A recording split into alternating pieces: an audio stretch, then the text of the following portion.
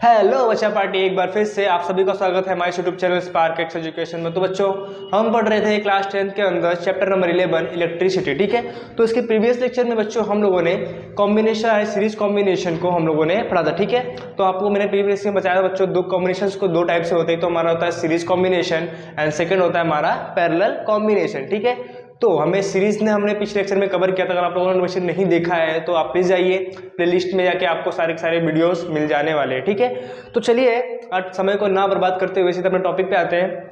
जो हमने बात की थी सेकंड कनेक्शन, जिसकी बात की बोलते हैं पैरेलल कनेक्शन। क्या बोलेंगे यहाँ पे?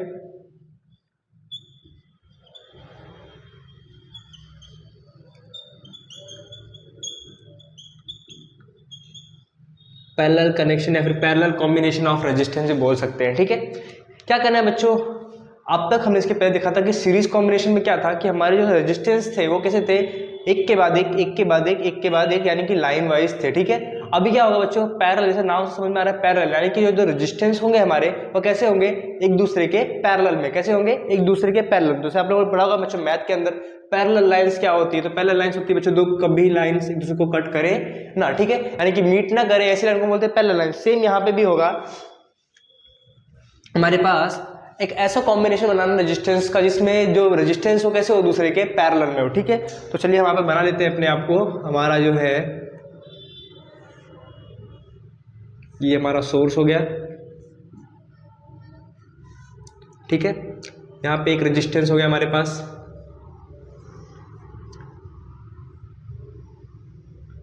एक रेजिस्टेंस और,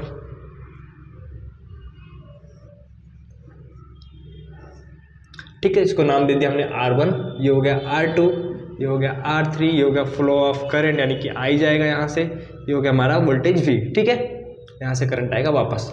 तो ये हो गया हमारा सर्किट डायग्राम, हमने कंप्लीट कर लिया। ठीक है, क्या है R1 R2 R3, कैसे देखो आप यहाँ पे। तो बच्चों R1 R2 को हम बात करें कैसे, दोनों पैरेलल है एक दूसरे के। हम R2 R3 की बात करें तो कैसे हैं, पैरेलल। सेम अगर हम R1 R3 की बात करें तो भी कैसे एक दूसरे के पैरेलल। ठीक है, यानी कि तीनों के तीनों रेजिस्टेंस कैसे एक दूसरे से यहाँ पे हमें मिल रहे हैं पैरेलल में। ठीक है, तो जिस प्रकार से हमने देखा था कि सीरीज कॉम्बिनेशन में, वहां पे क्या हो रहा था बच्चों, हमारा जो वोल्टेज था वो क्या आ रहा था, डिफरेंस आ रहा था तीनों के तीनों रजिस्टर में। ठीक है, जो तीनों रेजिस्टेंस हम लोगों ने लिया था यहाँ पे R1 R2 R3, उसमें क्या हो रहा था, हमारा जो वोल्टेज था यानी कि जो वोल्ट मीटर की रीडिंग थी तीनों में कैसे आ रही थी, डिफरेंट। जबकि करंट की रीडिंग कैसे आ रही थी, तीनों में सेम टू सेम। ठीक है, बट यहाँ पे क्या होगा, थोड़ा सा उल्टा होगा। यहाँ पे क्या होगा बच्चों, यहाँ पे जब आप इनके थ्रू एमीटर को यूज करेंगे तो क्या होगा बच्चों कि जब यहाँ पे आप लगाएंगे, यहाँ पे लगाएंगे, यहाँ पे, तो तीनों में कैसा आएगा, अलग अलग टाइप के करंट हमें मिलने वाले हैं। ठीक है, और जबकि आप वोल्ट मीटर जब यूज करोगे तो कैसे आएंगे, वोल्ट यानी वोल्टेज की वैल्यू आएगी हमेशा सेम। तो करंट की वैल्यू अलग अलग क्यों आ रही है, आपको यहाँ पे देखते थे हम लोग यहाँ पे सीरीज से कंप्रोमाइज कर कंपेयर कर लेते हैं।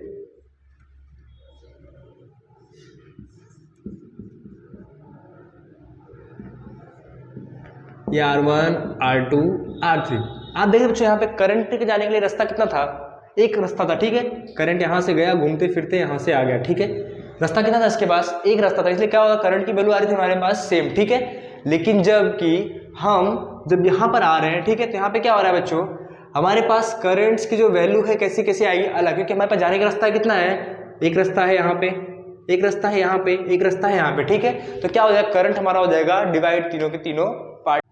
तो हमने क्या देखा बच्चों, तीनों के जाने का रास्ता कैसा है, तीनों के करंट का अलग अलग। ठीक है, तो यहाँ पे क्या हो रहा है, करंट जो हो रहा है डिवाइड हो जा रहा है, क्या हो रहा है, डिवाइड हो जा रहा है। ठीक है, अगर मैं सपोज करता हूँ अगर 3 एम्पियर का करंट यहाँ से प्रोड्यूस हो रहा है इस बैटरी से, ठीक, कितना प्रोड्यूस हो रहा है, 3 एम्पियर करंट, तो क्या होगा, 1 एम्पियर 1 एम्पियर 1 एम्पियर। कब होगा, अगर तीनों रेजिस्टेंस की वैल्यू होगी सेम, तो क्या हो जाएगा, इक्वल अमाउंट में डिवाइड हो जाएगा। ठीक है, अगर रेजिस्टेंस की वैल्यू अलग हुई तो क्या डिवाइड क्या होगा, अलग होगा। ठीक है, वो तो देखेंगे आगे क्वेश्चन में हमारे आएंगे तो हम समझेंगे। ठीक है, समझने की बात यहाँ पे ये है कि जो हमारे पैरेलल कनेक्शन होंगे उसमें क्या होगा बच्चों, जो करंट की वैल्यू हो जाएगी वो तीनों की तीनों रेजिस्टेंस में क्या होगी, डिफरेंस यानी कि अलग अलग आएगी। ठीक है, जबकि वोल्टेज कैसा आएगा, वोल्टेज आएगा सेम। तो जिस प्रकार हमने उसमें लाइन लिखी हुई थी, यहाँ पे भी लाइन लिख लेते हैं,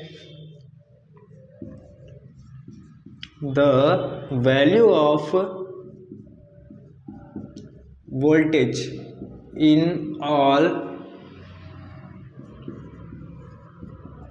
रेजिस्टेंस विल बी सेम, यानी कि हर रेजिस्टेंस के अंदर जो वोल्टेज की वैल्यू होगी कैसी होगी बच्चों, सेम। अगर यहाँ से हमने 10 वोल्ट की बैटरी अप्लाई की है तो 10 10 10 तीनों में 10 10 ही मिलने वाला, जिस प्रकार से हमने देखा था सीरीज कनेक्शन में कि करंट हमें 10 10 मिल रहा था, ठीक है। उसी प्रकार से अब मूव करते बच्चों, दूसरा क्या पॉइंट बोला मैंने, दूसरी पॉइंट बोला कि जो करंट की वैल्यू है वो कैसी होगी, तीनों में डिफरेंट होगी। कैसी होगी, डिफरेंट होगी, और सम होगी किसकी, जो हमारा यहाँ से मेन करंट प्रोड्यूस होगा, जिसका हम देखा था सीरीज में कि जो सारे voltage V1 plus V2 plus V3 का सम कितना V के बराबर आता है, उसी प्रकार से I1 I2 और I3 का सम किसके बराबर आएगा, हमारे I के बराबर आएगा, ठीक है। तो यहाँ पे लिख सकते हैं सेकंड पॉइंट में, sum of value of current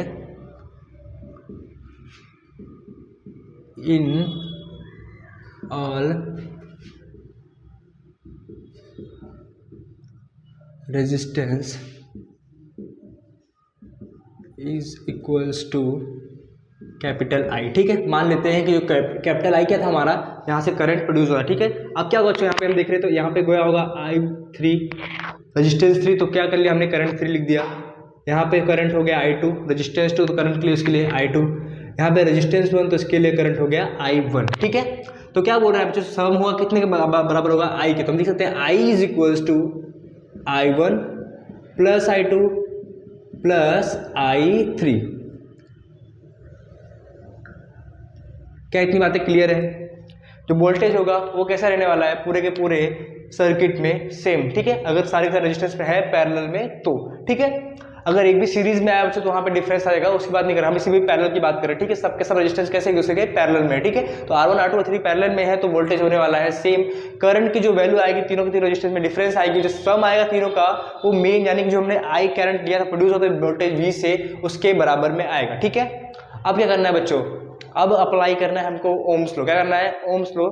आपको हमने सीरीज सिस्टम में जिस तरीके से किया सेम वही प्रोसीजर करना है और आपको सारे डेरिवेशन यहाँ पे मिलने वाला है, ठीक है। तो क्या करते हैं बच्चों,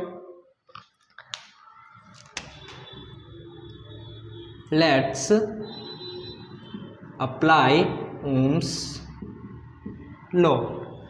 ओम्स लॉ अप्लाई करते बच्चों क्या होता है, formula V is equals to I R। ये होता है आपको ओम्स का, यहाँ पे लिख लेते हैं, थोड़ा सा जगह चाहिए हमें थोड़ा ज़्यादा। V इज इक्वल्स टू हो गया I टाइम्स ऑफ R, ये होता है हमारा ओम्स लॉ। अब बच्चों यहाँ पे देख रहे हैं वोल्टेज तो चेंज हो नहीं रहा है, चेंज किस किस में आ रहा है, I में आ रहा है। तो I की चेंज की वजह से क्या होगा, रेजिस्टेंस में भी चेंज आएगा, इसलिए क्या करना है बच्चों, हमको यहाँ पे वेरिएबल बनाना है I और R में, ठीक है। तो यहाँ पे लिख सकते हैं V अपॉन में R is equal to I, लिख सकते हैं या नहीं, V अपॉन में R is equal to I, ठीक है। इसी प्रकार से बच्चों अगर मैं I1 के लिए यूज करूंगा, I1 के लिए करंट I1 के लिए यूज करूं तो मैं क्या लिखता हूं, I1 इज इक्वल्स टू क्या होगा, V अपॉन में R1 लिख सकता हूं या नहीं, क्योंकि V तो चेंज होने वाला है नहीं, V तो V रहने वाला है सब में, V यहाँ पे भी था, V यहाँ पे भी था, V यहाँ पे भी था, ठीक है। V तो चेंज हो रहा नहीं है, लिख सकते हैं I1 is equal to V upon में R1। उसी प्रकार से लिख सकते हैं I2 is equals to V upon में R2, सही बात। फिर हम लिख सकते हैं I3 is equals to V upon में R3। क्या यहाँ तक किसी बच्चों को कोई दर्द कष्ट पीड़ा है, कोई भी प्रॉब्लम, ठीक है, नहीं है तो कुछ करना नहीं बच्चों। हमने जो इक्वेशन बनाया है, इक्वेशन नंबर 1 देते हैं इसको, इस इक्वेशन में I1 I2 I3 की वैल्यू को क्या करना है, पुट कर देना है, ठीक है। और I के जगह पे क्या पुट करना है, V अपॉन में R। तो हम यहाँ पे लिख सकते हैं V अपॉन में R, I के जगह पे पुट किया, ठीक है, इज इक्वल्स टू I1 की जगह पे लिख सकते हैं हम लोग V अपॉन में R1, ठीक है। I2 की जगह पे लिख सकते हैं हम लोग V अपॉन में R2, and for I3 we can use here R3, V upon में R3, ठीक है। तो यहाँ पे देखेंगे बच्चों V सब में से कॉमन आ रहा है, तो सिंप्लीफाई करेंगे तो क्या आएगा, V अपॉन में R is equals to, V को निकालो बाहर कॉमन, तो लिख सकते हैं 1 अपॉन में R1 प्लस 1 अपॉन में R2 प्लस में 1 अपॉन में R3। V से V गया, यहाँ पे क्या बचने वाला है बच्चों हमारे पास, तो हमारे पास बचने वाला है, यहाँ पे लिखते हैं 1 अपॉन में R is equals to 1 upon में R1, 1 अपॉन में R2 एंड प्लस 1 अपॉन में R3। तो इसी R को लिख सकते हैं हम लोग R इक्विवेलेंट, क्या लिखते हैं बच्चों, R इक्विवेलेंट, ठीक है, R1 R2 एंड R3। तो ये क्या गया बच्चों हमारे पास, अगर इन तीनों के रेसिप्रोकल्स को, हम तीनों रेजिस्टेंस के रेसिप्रोकल को सम करेंगे तो हमारा जो इक्विवेलेंट रेजिस्टेंस आएगा वो उसके बराबर हो जाएगा, ठीक है। यानी कि जो इसकी वैल्यू आएगी उसकी जगह पे हम इसको यूज़ कर, यानी कि तीनों को हटा के इस आर इक्विवेलेंट रेजिस्टेंस को यूज़ कर सकते हैं। उस सर्किट में कोई फर्क पड़ने वाला है नहीं करंट और वोल्टेज में, ठीक है। तो क्या बात है, इतनी क्लियर है? एक बार फिर से रिकॉल करते हैं। तो बच्चों हमने लिए एक सर्किट बनाया, हमने क्या बोला कि जब एक कनेक्शन कैसे है पैरेलल में, क्योंकि एक दूसरे से कैसे सारे रेजिस्टेंस पैरेलल में, ठीक है। तो जो वोल्टेज से यहाँ पे करंट जनरेट होगा उसके जाने के लिए तीन रस्ते हैं यहाँ पे, I1, I2 और I3, तीन रस्ते हमारे पास में हैं। रेजिस्टेंस तीन है, R1, R2, R3, तो रस्ते भी कितने हो गए? तीन, ठीक है। तीनों रस्ते कैसे होंगे? तीनों में करंट कैसे कैसे जाएगा? अलग अलग जाने वाला है, ठीक है। लेकिन जो वोल्टेज की वैल्यू है कैसी रहेगी? सेम रहेगी। लेकिन जो करंट का सम होगा कितने का बराबर आएगा? I के बराबर ही आएगा। तो हम लिख सकते हैं I is equal to I1 plus I2 plus I3, ठीक है। इतनी बातें क्लियर। ओम्स लॉ अप्लाई करेंगे तो V इज इक्वल टू होता है बच्चों IR। यहाँ पे हमारा I चेंज हो रहा है, वेरिएबल है, और R में हमें चाहिए V, तो चेंज हो नहीं है। तो हम क्या करेंगे? I को सभी बना के V अपॉन R निकाल लेंगे, ठीक है। यहाँ से अब क्या करना है, इसी प्रकार से I1 के लिए क्या V अपॉन में R1, V चेंज हो नहीं रहा है। I2 के लिए V अपॉन में R2, उसी प्रकार से I3 के लिए V अपॉन में R3। क्या करना है बच्चों? इन सभी की वैल्यूज उठा के डालना है इक्वेशन नंबर 1 में। पकड़ा उठा के डाला कहाँ पे? इक्वेशन नंबर 1 में। इक्वेशन नंबर 1 डाला तो क्या निकला बच्चों? हमारे पास V अपॉन में R is equal to V upon में R1 प्लस V अपॉन में R2 प्लस V अपॉन में R3। जहाँ से V कॉमन निकला बच्चों आपको निकल के आएगा R equivalent is equal to R1 plus R2 plus R3। I hope इतनी बातें क्लियर होंगी बच्चों। तो चलिए एक एग्जांपल के थ्रू इसको समझ लेते हैं और अपने टॉपिक को आज यहीं पे खत्म करते हैं। नेक्स्ट जो लेक्चर होने वाला बच्चों हमारा होगा सारे के सारे जो कॉम्बिनेशन पढ़े, series combinations and parallel combination, इन दोनों को मिक्स करके हम क्वेश्चंस बनाएंगे और उसको सॉल्व करने का ट्राई करेंगे, जो कि बहुत ही इंपॉर्टेंट है और आपके एग्जाम में पूछा ही जाता है, ठीक है बच्चों। तो चलिए स्टार्ट करते हैं अपने एग्जाम्पल को। तो बच्चों कॉन्सेप्ट क्लियर, तो चलिए एग्जाम्पल कर लेते हैं, ठीक है। अगर आपको कॉन्सेप्ट बिल्कुल ही क्लियर हो बच्चों तो आप डायरेक्ट एग्जाम्पल खुद से भी ट्राई कर सकते हैं। अगर आपको नहीं लग रहा कि अभी भी मुझसे नहीं होगा बनेगा तो हम हैं यहाँ पे, आपको हम करवा रहे हैं, ठीक है बच्चों। तो देखिए क्या हुआ, आपको एक पैरेलल कनेक्शन दिया हुआ है, ठीक है। रेजिस्टेंस का पैरेलल कॉम्बिनेशन दिया हुआ है। तो R1, R2, R3 तीन रेजिस्टेंस दिए हुए हैं, तीनों कैसे एक दूसरे के पैरेलल में, ठीक है। यानी कि ये इसके पैरेलल, ये इसके पैरेलल, ये इसके पैरेलल, ठीक है। आप समझना बात को। यहाँ से V वोल्टेज दे दिया है, करंट I पास हो रहा है, ठीक है। R1 की जो वैल्यू दी कितनी दी हुई है? 10, R2 की वैल्यू दी हुई है 20, R3 की वैल्यू है 30 एंड R इक्विवेलेंट आपको फाइंड करना है। यानी कि इन तीनों को हटाकर हमें ऐसा कौन सा रेजिस्टेंस लगाना है जिससे V और I की वैल्यू चेंज हो ना, ठीक है। ये होता है मेन मुद्दा हमारा इसको सॉल्व करने का, ठीक है। तो क्या फाइंड करना बच्चों? हमें फाइंड करना है R इक्विवेलेंट। तो हमने पैरेलल कॉम्बिनेशन में जो R इक्विवेलेंट की वैल्यू पढ़ी थी, क्या पढ़ी थी? 1 अपॉन में R equivalent is equals to 1 upon में R1 प्लस 1 अपॉन में R2 प्लस 1 अपॉन में R3। इसको बच्चों रट के रखना, पैरेलल कॉम्बिनेशन में ये चीज़ें यूज होंगी, ठीक है। कभी कभी आपको एग्जाम में RP बोल देता है, RP फाइंड करके दिखाओ बच्चों, RP क्या होगा? तो RP कुछ नहीं है, R पैरेलल के लिए बोला है। अगर RS लिखा हो तो बच्चों आप समझ लेना वहाँ पे सीरीज के लिए यूज किया है, ठीक है। ये बातें नोटेशन से बच्चों उसमें कोई प्रॉब्लम आती है, हर कई बुक में कुछ भी लिखा होता है, ठीक है, अलग नोटेशंस यूज करते हैं, ठीक है। तो हम क्या बच्चों यहाँ पे R इक्विवेलेंट यूज करें तो आपको R इक्विवेलेंट का फार्मूला पता होना चाहिए पैरेलल कॉम्बिनेशन में क्या होता है। तो 1 upon R equivalent is equals to 1 upon में R1, 1 अपॉन में R2 एंड 1 अपॉन में R3, ठीक है। तो कुछ करना नहीं बच्चों, सीधी सीधी जो सारी वैल्यूज है पुट कीजिए कहाँ पे? इस फॉर्मूले के अंदर, ठीक है। तो चलिए पुट करते हैं सारे के सारे वैल्यूज को। तो क्या दिया बच्चों? 1 अपॉन में R इक्विवेलेंट हमें फाइंड करना है इज इक्वल्स टू 1 अपॉन में R1 की वैल्यू कितनी दी हुई है? यहाँ पे दिया हुआ है 10 ओमेगा। R2 की वैल्यू कितनी दी हुई है? 1 अपॉन में 20 ओमेगा एंड थर्ड इज दिया है 1 अपॉन में 30 ओमेगा, ठीक है। तो आपको सॉल्व करना है इस फ्रैक्शंस को। तो बहुत इजी बच्चों 6, 7, 8 से करते आ रहे हो इस चीज़ को सॉल्व करते हुए। हम क्या निकालेंगे बच्चों? यहाँ पे हम निकालने वाले हैं LCM। तो आप लोग LCM निकालिएगा और कीजिएगा। मैं डायरेक्ट यहाँ पे लिख रहा हूँ, LCM आने वाला है बच्चों 60। कितना लिया हमने? LCM आएगा 60, ठीक है। तो चलिए 60 को डिवाइड कीजिए 10 से, कितना आएगा? 6 टाइम्स। तो 6 टाइम्स इंटू 1 प्लस 60 को डिवाइड कीजिए 20 से तो कितना आएगा? 3 टाइम्स इंटू 1, ये 1 ऊपर वाला। 60 को डिवाइड कीजिए 30 से कितना आएगा? 2 टाइम्स ऑफ 1। यहाँ से कितना देगा? 6 1 जा 6, 3 1 जा 3, 2 1 जा 2 अपॉन में 60, ठीक है। तो कितना हो गया बच्चों? 11 अपॉन में 60। ये किसकी वैल्यू होगी 1 में आर इक्विवेलेंट। यहाँ पे बच्चों बहुत सारे बच्चे गलती करते हैं, बस इतना ही आंसर निकाल के छोड़ देते हैं। क्या करते हैं, इतना ही आंसर निकाल के छोड़ देते हैं। लेकिन आपको पूछा क्या बच्चों, आर इक्विवेलेंट। क्या पूछा है, आर इक्विवेलेंट। यहाँ पे आपने क्या निकाला है 1 में आर इक्विवेलेंट। आपने आर इक्विवेलेंट नहीं फाइंड किया, आपने फाइंड किया 1 में आर इक्विवेलेंट। यानी कि इसका क्या करना पड़ेगा हमें, उल्टा रेसिप्रोकल। तो यानी कि करेंगे जब रेसिप्रोकल बच्चों, तो 1 में आर इक्विवेलेंट है कितना हो जाएगा। तो अगर हमने इसको उल्टा किया तो इसको भी उल्टा करना पड़ेगा।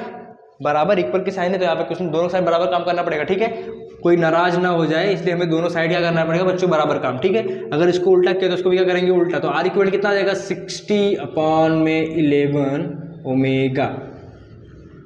बहुत सारे बच्चे यहाँ तक बातें सही कर लेते हैं, लेकिन ये लास्ट का स्टेप होता है ना बच्चों, यहाँ पे गलती कर देते हैं। ठीक है, कभी कभी आपके आधे मार्क्स यहाँ पे कट जाते हैं। ठीक है, एग्जाम में।